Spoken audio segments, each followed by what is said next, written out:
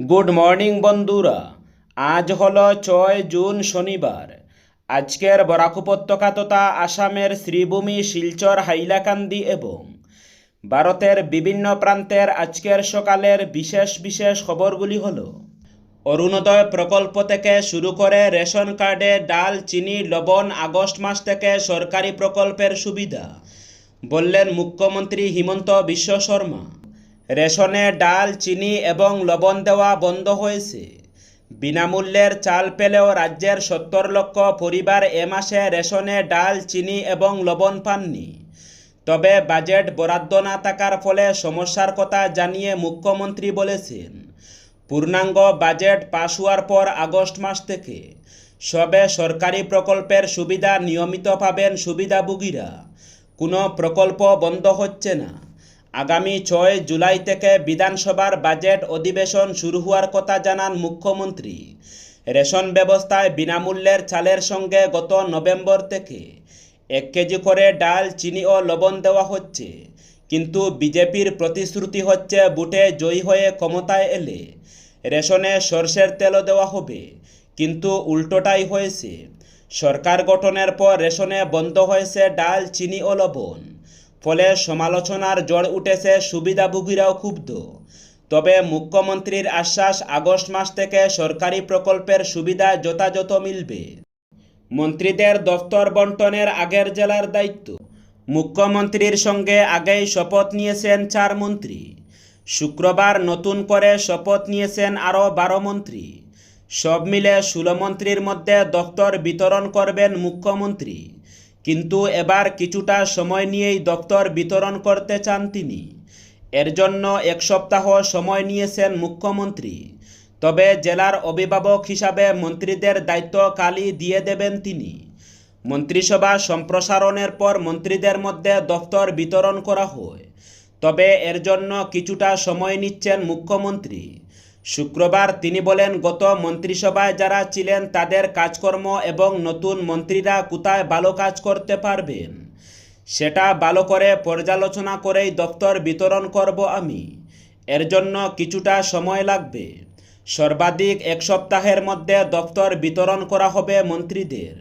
তবে জেলার অভিভাবক মন্ত্রী হিসাবে কালই দায়িত্ব দেওয়া হবে মন্ত্রীদের, যাতে তারা কাজে নেমে পড়তে পারেন। বন্যা পরিস্থিতির সময় জেলা প্রশাসনের পাশে থেকে কাজ করবেন মন্ত্রীরা, প্রশাসনকে সক্রিয় রাখবেন।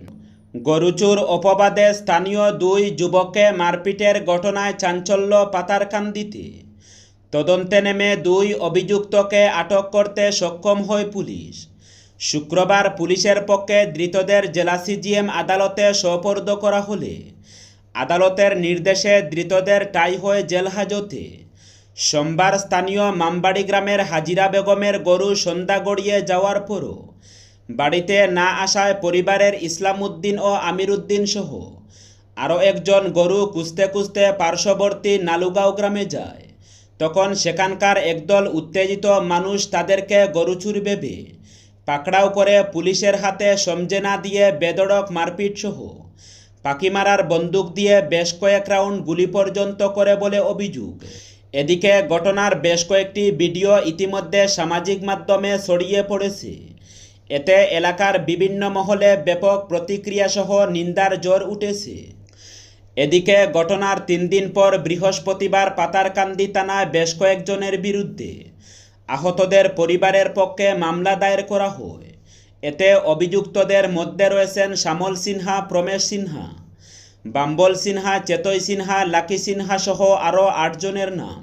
এদিকে নির্দোষ 2 যুবককে পড়শি গ্রামের লোকেরা চুর অপবাদে বেদম প্রহারের ঘটনায় এলাকার বিভিন্ন মহলে তীব্র প্রতিক্রিয়া বিরাজ করছে। এ মর্মে শুক্রবার মামবাড়ি গ্রামের প্রায় 1000 জনগণের উপস্থিতিতে এক প্রতিবাদ সভা অনুষ্ঠিত হয়। সভায় উপস্থিত সকলেই এ কাণ্ডের সঠিক তদন্ত সহ এতে জড়িতদের চিহ্নিত করে দৃষ্টান্তমূলক শাস্তির দাবি জানান। ঘটনার তীব্র নিন্দা জানিয়েছে শ্রীভূমি জেলা যুব কংগ্রেস। এ মর্মে শুক্রবার সিনিয়র পুলিশ সুপারের উদ্দেশ্যে স্মারকপত্র বর্ডার ডিএসপির কাছে তুলে দেওয়া হয়েছে। জেলা কংগ্রেস মুখপাত্র শুভজিৎ চক্রবর্তী জানান, পাতারকান্দিতে দুই যুবকের উপর একদল দুষ্কৃতী যেভাবে অমানবিক আক্রমণ চালিয়েছে সেটা মানবজাতির জন্য লজ্জার ঘটনা। তিনি আক্রমণকারীদের শনাক্ত করে এদের বিরুদ্ধে কঠোর ব্যবস্থা গ্রহণের দাবি জানান। 9 মাসেই বিমার 30 লক্ষ টাকা দুর্ঘটনায় নিহত হোটেল কর্মীর পরিবারকে দ্রুত কাজ করল পাঞ্জাব ন্যাশনাল ব্যাংক ও বড়াইলভিউ কর্তৃপক্ষ। হোটেলে একটা ছোটো কাজ করতেন রাজু পাল। বাড়ি ফেরার পথে রাতে হঠাৎ দুর্ঘটনায় মৃত্যু হয় তার। এ ধরনের কত মৃত্যু ঘটে, কিন্তু এই মৃত্যু একটা দৃষ্টান্ত হয়ে রইল, বিরল দৃষ্টান্ত। মাত্র 9 মাসের মধ্যে দুর্ঘটনায় মৃতের বিমার টাকা তুলে দিল পাঞ্জাব ন্যাশনাল ব্যাংক। বাবা যায় একটি বেসরকারি সংস্থায় এক যুবক দুর্ঘটনায় মৃত্যু হয়েছে আর তার পরিবার মোটা অঙ্কের বিমা পাবে। বাবা যায় না অন্তত শিলচরে, কিন্তু সেটাই ঘটল। শিলচরের হোটেল বড়াইলভিউ রেজেন্সির কর্মী রাজু পাল একটি দুর্ঘটনায় মারা যান গত 9 মাস আগে। পাঞ্জাব ন্যাশনাল ব্যাংকে রাজু পালের স্যালারি অ্যাকাউন্ট থাকার সুবাদে আজ তার পরিবারের হাতে বিমা বাবদ 30 লক্ষ টাকা তুলে দেওয়া হয়। এ উপলক্ষে হোটেল বড়াইলভিউ রেজেন্সিতে আয়োজিত এক অনুষ্ঠানে মৃত রাজু পালের মা বাবা ও স্ত্রীর হাতে 30 লক্ষ টাকার চেক তুলে দেন পাঞ্জাব ন্যাশনাল ব্যাংকের জোনাল ম্যানেজার বিজেন্দ্র সিং ও সার্কল হেড সৌরভ কুমার। এ নিয়ে বক্তব্য রাখতে গিয়ে হোটেল বড়াইলভিউয়ের জিএম জয়দীপ দাস জানান, দুর্ঘটনায় মৃত্যুর পর অসহায় অবস্থায় পড়ে যান রাজু পালের পরিবার। রাজু পালের স্যালারি অ্যাকাউন্ট সঠিকভাবে চালু রেখেছিলেন হোটেল বড়াইলভিউ কর্তৃপক্ষ। বদরপুরের নাম বদলের তরজা, বদদুয়া লাগবে মুখ্যমন্ত্রীকে বললেন বদরুদ্দিন আজমল। সুদূর মদিনা থেকে বদরপুরের নাম বদলের প্রতিবাদ করলেন বদরুদ্দিন আজমল। মুসলমানদের ঐতিহ্য ইতিহাস জড়িত বদরপুরের নাম পরিবর্তন না করার আর্জি জানিয়েছেন তিনি।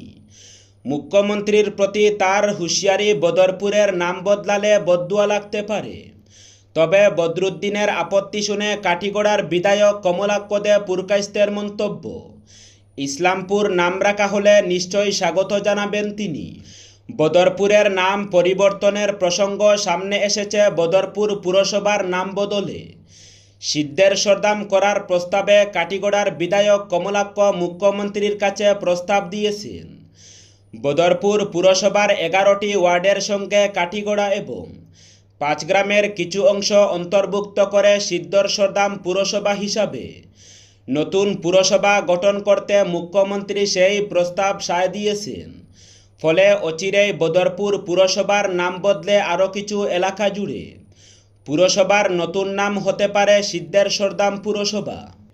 মদিনা থেকে এক ভিডিও বার্তায় আজমল বলেন, বদরপুরের নাম বদলের প্রস্তাব শুনে খুব দুঃখ পেয়েছি। করিমগঞ্জের নাম বদলে কি লাভ হয়েছে? নাম বদল চাই না, উন্নয়ন চাই। পুরো ভারতের নামই বদলে দেন, অন্য কারো ঐতিহ্য ইতিহাস যেন নেই। বদরপুরের মুসলমানদের ঐতিহ্যের স্থান ইতিহাস জড়িত রয়েছে।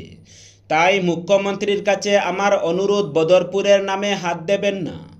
বদরপুরের ইতিহাস ঐতিহ্য রয়েছে, নাম বদলালে বদদুয়া লাগতে পারে।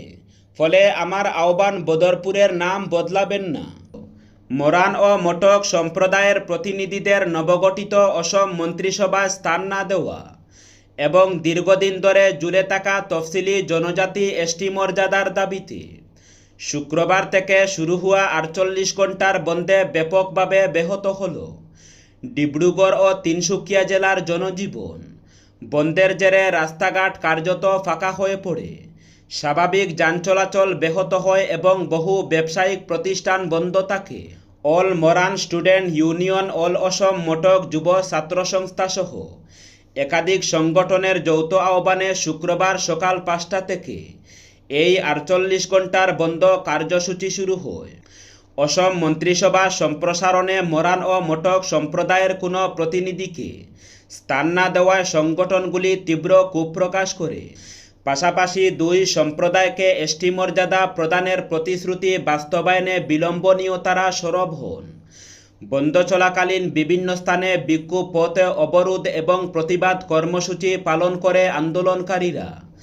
এর ফলে সাধারণ মানুষের যাতায়াত, বাণিজ্যিক কার্যকলাপ এবং দৈনন্দিন জীবনযাত্রায় উল্লেখযোগ্য প্রভাব পড়ে।